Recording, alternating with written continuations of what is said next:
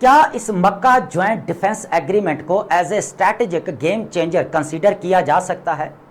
इस टॉपिक के ऊपर एक डिटेल्ड डिस्कशन करने वाले हैं और इसको हर एंगल से कवर करेंगे। सबसे पहले देखना यह है कि यह ट्राइलैटरल डिफेंस पैक्ट क्या है और इसके ऊपर डेवलपमेंट्स कब से स्टार्ट हुई, इसके ऑब्जेक्टिव्स और प्रिंसिपल्स क्या हैं, यहां तक कि इस डिफेंस पैक्ट को नेटो के साथ रिलेट किया जा रहा है, स्पेशली आर्टिकल नंबर 5। अब यहां पर क्वेश्चन ये आता है कि क्या मक्का पैक्ट और नेटो का आपस में कोई कंपैरिजन बनता है? क्या ये एक दूसरे से मिलते जुलते अलायंसेस हैं या नहीं? इसके अलावा तीनों स्टेट्स पाकिस्तान, सऊदी अरेबिया और टर्की, इनके स्ट्रैटेजिक स्ट्रेंथ्स क्या हैं और इनके नेशनल इंटरेस्ट्स क्या हैं जो इस डिफेंस पैक्ट को मिलकर इन्होंने साइन किया। इसी तरह इंडिया, इजराइल और यूएसए के क्या रिएक्शंस हैं? क्या इस मक्का पैक्ट की बुनियाद पर जो रीजनल इश्यूज हैं, फॉर एग्जांपल मिडिल ईस्ट के अंदर हमें पैलेस्टाइन वाला इशू देखने को मिल रहा है, हालांकि ये ऑल मुस्लिम स्टेट्स के लिए एक कॉमन इशू है और सारे ही बात करते हैं पैलेस्टाइन की सेल्फ डिटर्मिनेशन की, स्टेटहुड की और इंडिपेंडेंस की। ये तो हुआ कॉमन इशू, लेकिन अब बात करते हैं इंडिविजुअल बेस्ड इश्यूज की। तो पाकिस्तान और इंडिया के दरमियान में दो ही फ्लैश पॉइंट्स हमें देखने को मिलते हैं। एक है कश्मीर इशू और सेकंड जो है इंडस वाटर ट्रीटी, जिसको यूनिलैटरल एक्शन लेते हुए इंडिया ने सस्पेंड रखा हुआ है। अब बात करते हैं कि टर्की के उसको रीजनल लेवल के ऊपर क्या इशू फेस करने पड़ रहे हैं। ठीक है, अब अगर देखा जाए तो साइप्रस आइलैंड, जिसको हम साइप्रस डिस्प्यूट भी बोलते हैं, जो टर्की और ग्रीक के दरमियान में है, जो एक साइड जो है टर्की कंट्रोल करता है और दूसरी साइड जो है वो ग्रीक कंट्रोल करता है। लेकिन एक और बात भी है यहां पर कि इजराइल ने क्या किया, साइप्रस और ग्रीक के साथ डिफेंस एग्रीमेंट साइन किया। अब ये क्यों किया? ताकि टर्की को टैकल किया जा सके। अब वो कैसे? इसने डिफेंस पैक्ट साइन करने के बाद मेडिटेरेनियन सी के अंदर ज्वाइंट मिलिट्री एक्सरसाइजेस भी कंडक्ट करवाई। ठीक है, इसी तरह अगर देखा जाए यमन के अंदर, इसके ऊपर फर्दर आगे एनालिसिस करने वाले सारी चीजें हम ऐड करेंगे। इसी तरह यमन के अंदर सऊदी अरेबिया और हौदीज के दरमियान में हमें कन्फ्रंटेशन देखने को मिलती है। ठीक है, तो अब ये वो इश्यूज हैं कि इनको सॉल्व किया जा सकता है। हालांकि इस पैक्ट को बोला जा रहा है कि यह डिफेंसिव नेचर का है। ठीक है, जिसको बोला जाता है ना सेल्फ डिफेंस का राइट रखना according to UNO charter article number 51। ठीक है, तो यह भी है। इसके बाद देखना यह है कि रीजनल लेवल पर इजराइल को मिडिल ईस्ट, मेडिटेरेनियन सी और सोमालीलैंड के अंदर क्या काउंटर किया जा सकता है। जिस तरह वो अपना रीजनल लेवल के ऊपर इन्फ्लुएंस बढ़ा रहा है या जिस तरह वो ग्रेटर इजराइल बनने की कोशिश कर रहा है, तब ये वो तमाम क्वेश्चंस हैं जो इस वीडियो के अंदर एड्रेस किए जाएंगे और एक कॉम्प्रिहेंसिव एनालिसिस बिल्ड किया जाएगा जो हमारे पाकिस्तान अफेयर्स और करंट अफेयर्स के लिए बहुत important. So my dear aspirants, first of all I am with you MC sir और मैं कवर करता हूं current affairs, Pakistan affairs, international relations and global politics for CSS and PMS exams preparation. So my dear aspirants, सबसे पहले हम understand करते हैं कि ये ट्राइलैटरल डिफेंस पैक्ट क्या है। देखें, इसको मक्का ज्वाइंट डिफेंस एग्रीमेंट बोला जाता है, जिसको पाकिस्तान, सऊदी अरेबिया और टर्की ने 7 अगस्त 2026 को मक्का में अल सफा पैलेस के अंदर इसको साइन किया। अब पाकिस्तान की तरफ से प्राइम मिनिस्टर शहबाज शरीफ और टर्की की तरफ से प्रेसिडेंट रजब तैयब अर्दगान और सऊदी अरेबिया की तरफ से क्राउन प्रिंस MBS, जिनको मोहम्मद बिन सलमान भी बोला जाता है, इन तीनों ने मिलकर इस मक्का पैक्ट को साइन किया। देखें डियर एस्पिरेंट्स, इसके ऑब्जेक्टिव्स की तरफ जाने से पहले या फर्दर एनालिसिस की तरफ जाने से पहले हमें यह देखना होगा कि इसके ऊपर डेवलपमेंट्स कब से स्टार्ट हुई। देखिए, बहुत ज्यादा दूर नहीं जाते, हम स्टार्ट करते हैं सितंबर 2025, जब पाकिस्तान और सऊदी अरेबिया के दरमियान में strategic mutual defence pact sign होता है। और यहां पर एक ब्लूमबर्ग की रिपोर्ट आती है जनवरी 2026 के अंदर कि टर्की भी इस डिफेंस पैक्ट को ज्वाइन करना चाहता है या फिर एक new trilateral defence pact sign करना चाहता है। जो कि पाकिस्तान और सऊदी अरेबिया के जो पहला स्ट्रैटेजिक डिफेंस पैकेट है उससे थोड़ा सा डिफरेंट हो सकता है। लेकिन उस वक्त इन तीनों स्टेट्स की तरफ से कोई कमेंट्स देखने को नहीं मिले, ना तो टर्की की तरफ से, ना सऊदी अरेबिया की तरफ से, और ना ही पाकिस्तान की तरफ से। अब नेक्स्ट क्या होता है कि फरवरी के अंदर 2026 की बात कर रहा हूं मैं, कि टर्की के जो प्रेसिडेंट हैं रजब तैयब एर्दोगान, वो अपनी फर्स्ट लेडी के साथ जो है वो सऊदी अरेबिया का दौरा करते हैं। अब यहां पर ये सारी डेवलपमेंट्स होती जा रही हैं, अभी हम चीजें कनेक्ट करने वाले हैं, ठीक है।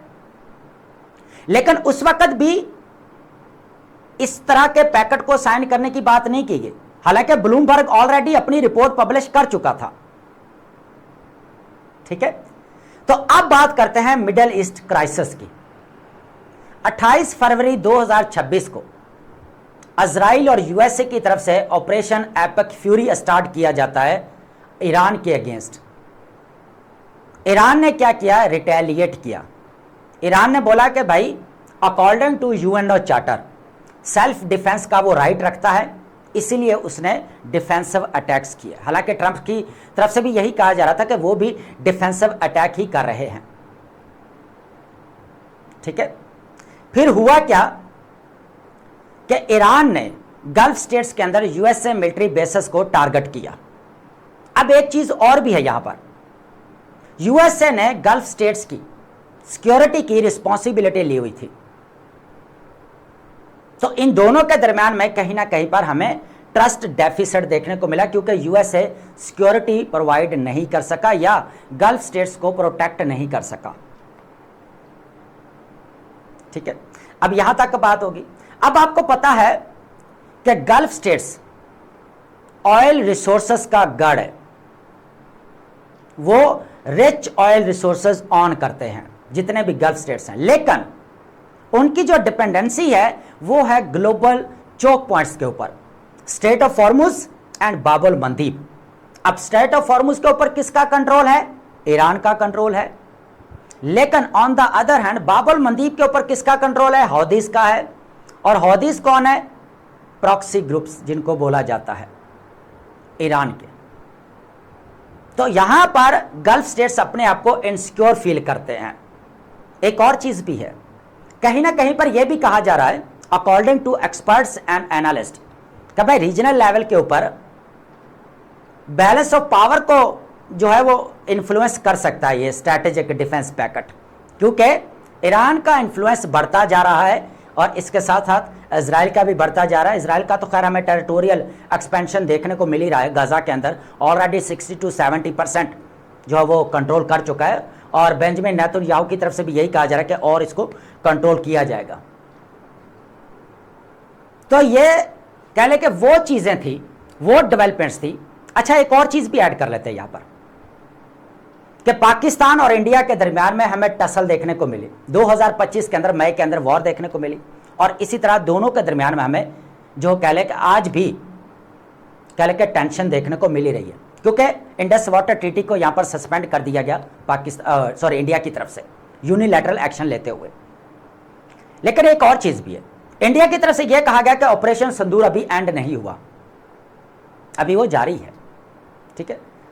तो ये भी चीज है, तो पाकिस्तान को भी यहां पर देखना पड़ा। उधर टर्की को भी यह डर था भाई रीजनल लेवल के ऊपर। मैंने एक लेक्चर कवर किया था कि is the next Turkey, question mark मैंने लगाया था कि ईरान के बाद क्या टर्की हो सकता है, तो वो काफी इंपॉर्टेंट लेक्चर था। तो फिर क्या हुआ कि इन तीनों कंट्रीज के दरमियान में हमें यह डिफेंस पैकेट साइन होता हुआ नजर आया, जिसको मक्का पैकेट भी बोला जा रहा है।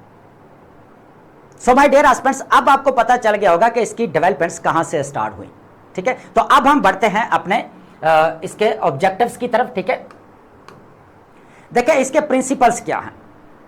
सबसे जो इंपॉर्टेंट चीज है ना इसके अंदर, कलेक्टिव डेटरेंस की बात की जा रही है या कलेक्टिव सिक्योरिटी की बात की जा रही है। देखिए कलेक्टिव डेटरेंस का मतलब होता है डिफेंसिव स्ट्रैटेजी, क्या डिफेंस स्ट्रैटेजी बोल सकते हैं, या आप कह सकते हैं मिलिट्री स्ट्रैटेजी भी बोल सकते हैं, जो मल्टीपल स्टेट्स की तरफ से अडॉप्ट की जाती है कि अगर एक स्टेट के अगेंस्ट अग्रेशन होता है तो दूसरी स्टेट के अगेंस्ट भी अग्रेशन कंसीडर किया जाएगा।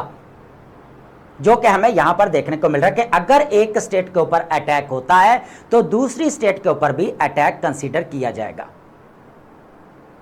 ठीक है, नेक्स्ट अगर देखा जाए इसके अंदर क्या क्या चीजें हैं, देखिए मिलिट्री कोऑर्डिनेशन की बात की जा रही है, इंटेलिजेंस शेयरिंग बढ़ाने की बात की जा रही है, इसी तरह strategic consultation and strategic coordination की बात की जा रही है, डिफेंस इंडस्ट्री को स्ट्रांग करना है। ठीक है, अब तीनों के हम स्ट्रैटेजिक स्ट्रेंथ्स को भी डिस्कस करने वाले हैं, लेकिन थोड़ा सा ऑब्जेक्टिव्स के ऊपर फोकस कर लें और इसको बेसिकली जो नाटो के साथ रिलेट किया जा रहा है इसको थोड़ा सा सैग्रीगेट कर लेते हैं। ठीक है, चीजों को क्लियर करते जाएंगे साथ साथ। देखें अब सिर्फ जो है ना ये कलेक्टिव डेटरेंस की वजह से कि एक स्टेट के ऊपर अटैक दूसरी स्टेट के ऊपर अटैक कंसीडर किया जाएगा, और यही चीज देखने को मिल रही है कहीं ना कहीं पर नाटो के अंदर आर्टिकल नंबर 5 के अंदर। लेकिन एक चीज अंडरस्टैंड करनी है यहां पर कि जब यूएसए, इजराइल और ईरान के दरमियान में वॉर हुई तो ट्रंप ने यहां पर बोला यूरोपियन कंट्रीज को कि अपनी मिलिट्री बेसेस दो, हमने यूज करनी है अगेंस्ट ईरान, लेकिन उन्होंने नहीं दी। उन्होंने क्या कहा कि ये नाटो का मिशन नहीं है। तो ये भी कहीं ना कहीं पर चीज हमें देखने को मिल सकती है, क्योंकि यूरोपियन कंट्रीज ने यह कहा कि जहां पर हमारे इंटरेस्ट होते हैं वहां पर यूएसए देखता ही नहीं है, जहां पर घुस जाता है, वॉर लड़ना शुरू कर देता है। उसके पीछे लगकर तो पहले रशिया के ऊपर कहले के सारे सैंक्शंस लगाए, वहां से वो 60% जो है एनर्जी इंपोर्ट करता है यूरोपियन कंट्रीज, यूरोप। ठीक है, लेकिन उन्होंने क्या कहा कि ये नाटो का मिशन नहीं है, हम नहीं आ रहे, तो वो नहीं आए, आपको भी पता है। ठीक है, तो ये चीज भी हमें देखने को मिल सकती है। अब बात करते हैं इस डिफेंस पैकेट की कि क्या उसको रिलेट किया जा सकता है उसके साथ। तो एक बात मैं क्लियर कर दूं कि नहीं रिलेट किया जा सकता। देखिए वो 1949 के अंदर बनाई गई नाटो, उनकी एक कमांड है, उनके अंदर उनके पास एक फोर्स है, उनके पास एक हेडक्वार्टर है, उनके पास एक कह ले के डिफेंस सिस्टम है, उसके ऊपर हमें एक्सपेंडिचर्स देखने को मिलते हैं। ठीक है, लेकिन अगर बात की जाए मक्का पैकेट की तो क्या कोई फोर्स हमें नजर आती है फिलहाल के लिए? अगर फ्यूचर में हो सकता है बन जाए, लेकिन कंटेम्परेरी सिनेरियो में क्या आपको कोई फोर्स नजर आती है? ठीक है, या आप कह सकते हैं कोई कमांड नजर आती है। ठीक है, तो ये चीज हम यहां पर कह सकते हैं कि थोड़ा सा नाटो एक अलायंस अलग है और ये मक्का पैकेट एक अलग है, क्योंकि ये डिफेंसिव नेचर है, जबकि नाटो का तो मिशन है ना, वो तो कहीं पर भी स्टार्ट कर देते हैं जहां पर उनको लगता है कि हमारे नेशनल इंटरेस्ट नहीं है या ये हमारे अगेंस्ट जा रहे हैं। तो ये चीज भी है, लेकिन ये किसी भी कंट्री के अगेंस्ट नहीं है मक्का पैकेट। तो अब इसके ऊपर बात करते हैं कि ये एग्रीमेंट बेसिकली क्या क्या नहीं है, इस चीज को अंडरस्टैंड करते हैं, देन हम बात करेंगे स्ट्रैटेजिक स्ट्रेंथ्स की, और देन आगे जाएंगे कि नेशनल इंटरेस्ट्स क्या क्या हैं और इंडिया, इजराइल और यूएसए के रिएक्शंस क्या क्या हैं। ठीक है, तो सबसे पहले हम देखते हैं कि एग्रीमेंट इज नॉट, देखिए सबसे पहले तो अगर देखा जाए तो ये कोई ऑफेंसिव मिलिट्री अलायंस नहीं है। ठीक है, और ना ही ये किसी स्पेसिफिक कंट्री के अगेंस्ट है, और ना ही इसको हम मिलिट्री एक्सेस या मिलिट्री ब्लॉक बोल सकते हैं, और ना ही मुस्लिम नाटो बोल सकते हैं। ठीक है, और ना ही ये न्यूक्लियर अरेंजमेंट के लिए बनाया गया है, सिर्फ और सिर्फ ये डेटरेंस के लिए बनाया गया है, ताकि रीजनल लेवल के ऊपर डेटरेंस को मेंटेन रखा जा सके। तो एक चीज तो यहां पर क्लियर होगी कि ये पैकेट जो है वो नाटो का जो हमें अलायंस देखने को मिल रहा है उससे काफी डिफरेंट है। तो अब हम बात करते हैं कि तीनों कंट्रीज की स्ट्रैटेजिक स्ट्रेंथ्स क्या क्या हैं। सबसे पहले बात करते हैं पाकिस्तान की। देखिए पाकिस्तान के लिए तो एक चीज ही बड़ी है कि पाकिस्तान न्यूक्लियर स्टेट है, बाकी तो चीजें हैं ही हैं कि वॉर में भी पाकिस्तान की एक्सपर्टीज हमें देखने को मिलती हैं। इसी तरह 40,000 प्लस पाकिस्तान ऑपरेशंस कर चुका है, तो ऑपरेशंस में भी एक्सपर्टीज हमें देखने को मिलती हैं। यहां तक कि पाकिस्तान सऊदी अरेबिया के ट्रूप्स को भी ट्रेनिंग दे रहा है। ठीक है, और मक्का के लिए सिक्योरिटी भी प्रोवाइड करता रहा है, और इस तरह यूएनओ के मिशन के ऊपर भी जाता रहा है। और अगर देखा जाए सबसे इंपॉर्टेंट चीज, तो टॉप 10 जो है ग्लोबल मिलिट्री पावर में भी पाकिस्तान का नाम आता है। तो क्या ये चीजें पाकिस्तान के लिए कम है या इस डिफेंस पैकेट के लिए? ठीक है, दूसरी तरफ अगर बात की जाए टर्की की, रिलेशंस की बात करते हैं अभी। टर्की की अगर बात की जाए तो टर्की के पास अनमैन्ड सिस्टम है, ड्रोन टेक्नोलॉजी है। सबसे बड़ी बात, नाटो का मेंबर है और सेकंड लार्जेस्ट मिलिट्री पावर रखता है। लेकिन यहां पर एक और चीज भी है कि पाकिस्तान और सऊदी अरेबिया दोनों ड्रोन टेक्नोलॉजी किससे इंपोर्ट करते हैं? टर्की से करते हैं। ठीक है, अब बात करते हैं सऊदी अरेबिया की। देखिए सऊदी अरेबिया की अगर बात की जाए तो सऊदी अरेबिया के पास है financial power, money, oil resources, जिसके ऊपर कह ले के दोनों कंट्रीज को मिलाकर डिफेंस पैक्ट साइन किया गया। ठीक है, तीनों कंट्रीज की अपनी अपनी रजामंदी है। नेशनल इंटरेस्ट की भी बात करने वाले हैं आगे, पूरा जो है वो कल के एनालिसिस करेंगे इसके ऊपर। ठीक है, तो अब यहां पर क्या हुआ कि फिर हमें मक्का के अंदर ये डिफेंस पैक्ट साइन होते हुए नजर आया। ठीक है, तो ये थी तीनों कंट्रीज की स्ट्रैटेजिक स्ट्रेंथ्स। ठीक है, अब हम बात करते हैं कि इनके नेशनल इंटरेस्ट्स क्या क्या हैं। सबसे पहले तो कॉमन इशू रहेगा ही रहेगा मिडल ईस्ट के अंदर, चाहे लेबनान का है, चाहे लीबिया का है, जॉर्डन का है, चाहे कह ले के गजा का है, पैलेस्टाइन वाला इशू है। ये तो तीनों कंट्रीज के लिए क्या, ऑल मुस्लिम स्टेट्स के लिए कॉमन इशू है ही है। और हर स्टेट पैलेस्टाइन के स्टेटहुड की बात करता है, सेल्फ डिटर्मिनेशन की बात करता है और इंडिपेंडेंस, आज़ादी की बात करता है।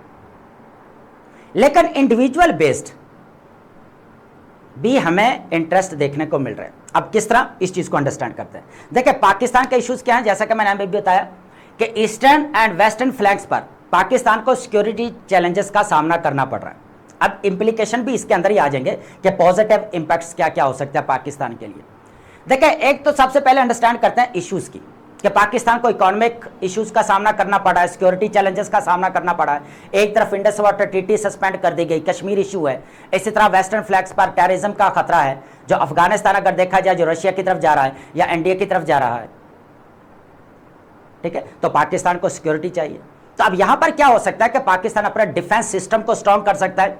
अब इकोनॉमिक क्राइसिस की अगर बात की जाए तो आपको पता है कि सऊदी अरेबिया ने क्या किया, $3 बिलियन दिए पाकिस्तान को, लोन दिया, जब यूएई ने कहा कि हमारा जो है वो कह ले के कर्जा वापस दिया जाए। ठीक है, तो यहां पर उसने अपना हक अदा कर दिया। तो पाकिस्तान की तरफ देखा जाए तो स्ट्रैटेजिक हमें डिफेंस पैक्ट भी साइन होते हुए नजर आए। ऑलरेडी सऊदी अरेबिया के साथ साइन किया सितंबर 2025 के अंदर। ठीक है, इसी तरह भी ट्राइलैटरल डिफेंस पैक्ट भी साइन हुआ। तो रीजनल लेवल के ऊपर कह लें कि एज ए डेटरेंस के लिए मोर देन इनफ है।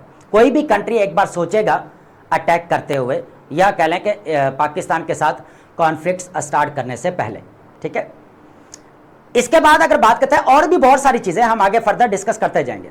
अब बात करते हैं सऊदी अरेबिया के। भाई सऊदी अरेबिया को क्या इश्यूज का सामना है कि उसने इस पैकेट को इस कंटेम्परेरी सिनेरियो में साइन किया जब मिडिल ईस्ट के अंदर वॉर लगी हुई है। सबसे पहले अगर देखा जाए तो दो कंट्रीज रीजनल लेवल के ऊपर कह लेकर अपना इन्फ्लुएंस बढ़ा रहे हैं। एक तरफ इजराइल जो ग्रेटर इजराइल की बात करता है और दूसरी तरफ है ईरान। अब यहां पर एक्सपर्ट्स का यह भी कहना जा रहा है कि भाई कहा जा रहा है एक्सपर्ट्स की तरफ से सॉरी यह भी कहा जा रहा है कि भाई ईरान का जो है ना इन्फ्लुएंस बढ़ता जा रहा है रीजनल लेवल के ऊपर, जिसकी वजह से गल्फ स्टेट्स को इनसिक्योरिटी फील होती है, वो अपने आप को इनसिक्योर फील करते हैं क्योंकि गल्फ स्टेट्स के अंदर भी रिच ऑयल रिसोर्सेज हैं, लेकिन इनकी डिपेंडेंसी है ग्लोबल चोक पॉइंट्स के ऊपर। और वो कौन कंट्रोल करता है? ईरान करता है। एक तरफ हौदीस करते हैं। इसी तरह दूसरी तरफ अगर देखा जाए तो सऊदी अरेबिया किसके साथ बेसिकली वॉर लड़ रहा है? हौदीस के साथ, जो प्रॉक्सी ग्रुप्स हैं बेसिकली, जिनको कहा जाता है कि ईरान सपोर्ट करता है। ठीक है, यमन के अंदर। तो एक चीज़ ये भी है। तो ग्लोबल चौक पॉइंट्स हैं या कह लें कि रीजनल लेवल के ऊपर इजराइल का इन्फ्लुएंस बढ़ता जा रहा है। ये कह लें कि सारी वो चीज़ें हैं जिसकी बेस के ऊपर साइन किया गया, क्योंकि सऊदी अरेबिया को चाहिए सिक्योरिटी, प्रोटेक्शन चाहिए, क्योंकि वो ऑलरेडी यूएसए के साथ न्यूक्लियर डील कर चुका है फॉर 30 ईयर्स। और उसने पाकिस्तान के साथ पहले डिफेंस पैक्ट साइन किया, अब ये ट्राइलैटरल डिफेंस पैक्ट भी साइन हो गया, जिसको मक्का पैक्ट बोला जा रहा है। ठीक है, और ये चीजें मैं पहले क्लियर कर चुका हूं। ठीक है, अब बात करते हैं टर्की की। देखिए टर्की वाला तो क्लियर है कि भाई रीजनल लेवल के ऊपर उसको एक तरफ से इशू है ग्रीक की तरफ से। अब ग्रीक को कौन सपोर्ट कर रहा है यहां पर? उसके साथ डिफेंस पैक्ट किसका साइन हुआ है? इजराइल का हुआ है। इजराइल ने क्या किया? साइप्रस और ग्रीक के साथ डिफेंस पैक्ट साइन किया, डिफेंस एग्रीमेंट साइन किया और ज्वाइंट एक्सरसाइजेस भी कंडक्ट करवाएगी मेडिटेरेनियन सी के अंदर। किसको टैकल करने के लिए? टर्की को। और ये मेरा लेक्चर भी आया हुआ है, वीडियो आप देख सकते हैं मेरी, जहां पर मैंने एनालिसिस किया हुआ है कि is the next Turkey question mark मैंने लगाया हुआ कि ईरान के बाद क्या टर्की हो सकता है। ठीक है, तो ये काफी इंपॉर्टेंट जो वो कह लें कि वीडियो था, वो आप लाजमी देखें, आपके जितने भी बेसिक कॉन्सेप्ट है वो सारे क्लियर होने वाले। ठीक है, तो अब रीजनल लेवल के ऊपर साइप्रस डिस्प्यूट हमें देखने को मिलता है ग्रीक और टर्की के दरमियान, ठीक है। अब ये तो हो गया ना तीनों के इंडिविजुअल बेस पर। अब हम पैलेस्टाइन को तो पहले डिस्कस कर चुके हैं, अब बात करते हैं सोमालिया की। अब पाकिस्तान के साथ डिफेंस कोऑपरेशन की बात की गई है। उनके जो डिफेंस मिनिस्टर हैं मोअल्लम फ़की, उन्होंने विजिट किया पाकिस्तान का, तीनों फोर्सेस के साथ उनकी मीटिंग हुई है और पाकिस्तान की तरफ से कहा गया कि मिलिट्री सपोर्ट करेंगे। अब पाकिस्तान के डायरेक्ट इंटरेस्ट को साइड पर रखें, पाकिस्तान जा किसके पीछे रहा है? बेसिकली टर्की और सऊदी अरेबिया की तरफ से, क्योंकि सऊदी अरेबिया और टर्की दोनों सोमालिया को कह ले के प्रोटेक्ट करते हैं या डिफेंस सिस्टम को स्ट्रॉन्ग करते हैं, क्योंकि उसका जो पार्ट है ना सोमालीलैंड, उसको किसी ने एज ए इंडिपेंडेंट रिकॉग्नाइज किया है? इजराइल ने किया है, ठीक है।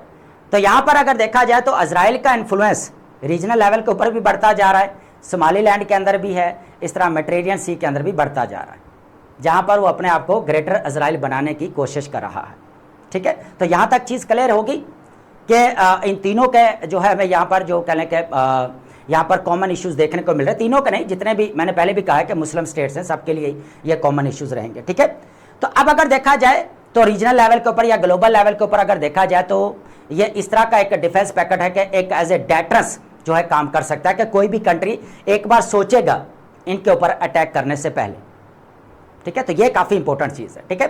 तो अब अगर देखा जाए तो ये अपनी काफ़ी कह लें कि इंटरनेशनल जो डिसीजन मेकिंग है या अपने ग्लोबल अफेयर्स हैं या कह लें कि यहाँ पर ग्लोबल पॉलिटिक्स के अंदर अपना रोल प्ले कर सकते हैं, मुस्लिम वर्ल्ड को स्ट्रेंथन कर सकते हैं, एम्पावर कर सकते हैं, अपने डिफेंस सिस्टम को और ज़्यादा स्ट्रॉन्ग कर सकते हैं, क्योंकि पैसा किसके पास है?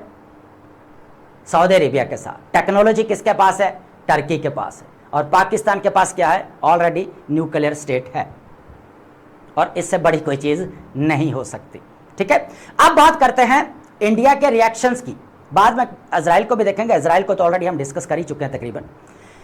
अब अगर देखा जाए तो इंडिया को क्या मतलब यहां पर तहफुजात हो सकते, देखें अब इंडिया की अगर ट्रेड की बात की जाए तो ईरान के साथ भी है और उसकी सऊदी अरेबिया के साथ, गल्फ स्टेट्स के साथ भी उसकी ट्रेड चल रही है, हालांकि पाकिस्तान से ज्यादा ही है सऊदी अरेबिया के साथ।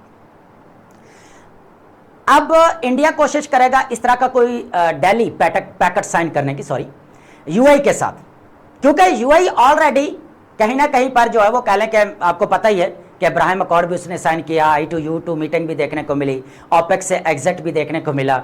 इसके अलावा भी अगर देखा जाए तो इजराइल के काफ़ी क्लोज भी है, सोमालीलैंड के अंदर सबसे ज़्यादा इन्वेस्टमेंट यूएई की है, ठीक है। और इस तरह इजराइल के तो ऑलरेडी उसने रिकॉग्नाइज किया हुआ है सोमालीलैंड को, जहां पर वो इन्वेस्टमेंट कर रहा है। तो कोशिश करेगा कि भाई जो है वो कहेगा यूएई के साथ रिलेशंस को बिल्ड किया जाए, क्योंकि यही अलग है और ऑलरेडी इजराइल के साथ तो उसके रिलेशंस है ही हैं, ठीक है।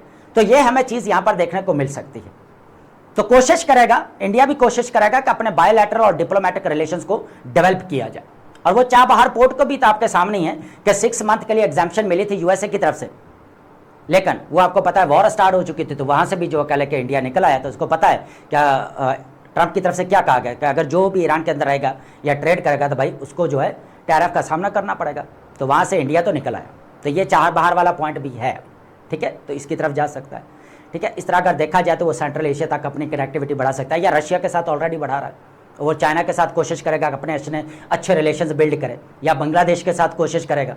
हालांकि बांग्लादेश ऑलरेडी जो है वो कह के चाइना की तरफ जो है वो मूव कर रहा है या पाकिस्तान के साथ रिलेशंस को मेंटेन रखना चाहता है, ठीक है। अब बात करते हैं इजराइल। देखिए इजराइल तो ऑलरेडी जो है वो कह के अपनी कोशिश कर ही रहा है ग्रेटर इजराइल की। मिडल ईस्ट के अंदर ऑलरेडी बेंजामिन नेतन्याहू ने कहा कि भाई 70% कंट्रोल कर लिया है, बाकी भी गजा के ऊपर कंट्रोल करेंगे, ठीक है। और ये भी कहा जा रहा है कि भाई मेडिटेरेनियन सी है वो भी ग्रीस और कह लेके सॉरी ग्रीक, ठीक है। और उसके बाद साइप्रस के साथ अपने डिफेंस एग्रीमेंट को साइन कर चुका है। इस तरह ऑलरेडी अगर देखा जाए तो यूएसए के तो ऑलरेडी क्लोज है, ठीक है। और यूएसए को कोई इशू नहीं है, यूएसए क्योंकि सऊदी अरेबिया के साथ ऑलरेडी न्यूक्लियर डील साइन कर चुका है फॉर 30 ईयर्स, ठीक है। क्योंकि वो सिक्योरिटी प्रोवाइड कर रहा है सऊदी अरेबिया को और उससे वो ले रहा है डॉलर, ठीक है, क्योंकि वो उसकी डील हुई पड़ी है उसके साथ सऊदी अरेबिया के साथ। और इसी तरह अगर देखा जाए तो टर्की वो नाटो का मेंबर है, तो वो कभी भी अगेंस्ट नहीं जाएगा, क्योंकि नाटो का अगेंस्ट जाएगा और सॉरी इसके टर्की के, तो बाकी यूरोपियन कंट्रीज वो टर्की की तरफ हमें आते हुए नजर आएंगे। इस तरह पाकिस्तान के साथ ऑलरेडी क्लोज है, कोर्डियल रिलेशंस हमें देखने को मिल रहा है पाकिस्तान और यूएसए के दरमियान में, ठीक है। तो यूएसए का कोई हमें खास रिएक्शन देखने को नहीं मिल रहा है, ना ही उसको कह लें कि उसको कोई फ़र्क पड़ रहा है इन चीज़ों को लेकर। नहीं सोचता है, एक बार उसको भी पता है कि तीनों मुस्लिम स्टेट्स हैं और आपस में इन्होंने डिफेंस पैक्ट साइन किया है, लेकिन उसकी गल्फ स्टेट्स के साथ जो है कह लें कि क्लोज रिलेशंस है, पाकिस्तान के क्लोज है ऑलरेडी, तो इतना उसका कोई रिएक्शंस जो है वो देखने को नहीं मिला। ठीक है, उसको भी पता है कि हम जो है वो कह लें कि चाइना को काउंटर करने के लिए भी तो वो कहीं ना कहीं पर उनके इंटरेस्ट हो सकते हैं। आपको पता है उनकी प्रैग्मेटिक अप्रोच होती है, ठीक है, वो नेशनल इंटरेस्ट को फर्स्ट प्रायोरिटी पर रखते हैं। ठीक है, तो ये था हमारा एक कंप्लीट एनालिसिस, और इसके ऊपर अगर मैं फर्दर बात करूं तो ओआईसी को जो है यहाँ पर स्ट्रेंथन करना पड़ेगा, इस कह लें कि ट्राईलैटरल डिफेंस पैकेट को और ज़्यादा मजबूत बनाना पड़ेगा, एक फोर्स बनानी पड़ेगी, एक कमांड बनानी पड़ सकती है ताकि मुस्लिम वर्ल्ड को एम्पावर किया जा सके, स्ट्रॉन्ग किया जा सके। ठीक है, इसी तरह अगर देखा जाए तो और भी कंट्रीज़ को जो है इन्वाइट किया जा सकता है। ठीक है, और कंट्रीज़ को ज्वाइन करवाया जा सकता है। ठीक है, तो इसको एक स्ट्रॉन्ग अलायंस बेसिकली बनाया जा सकता है। तो आई होप आपको ये लेक्चर समझ आया होगा, सारी चीज़ें क्लियर हो गई होंगी। अगर थोड़ी बहुत कहीं पर चीज़ें रहते भी हैं तो वो आप जो है कमेंट के अंदर पूछ सकते हैं, बाकी सारी चीज़ें आपको क्लियर कर दी जाएंगी। ठीक है, तो थैंक यू सो मच।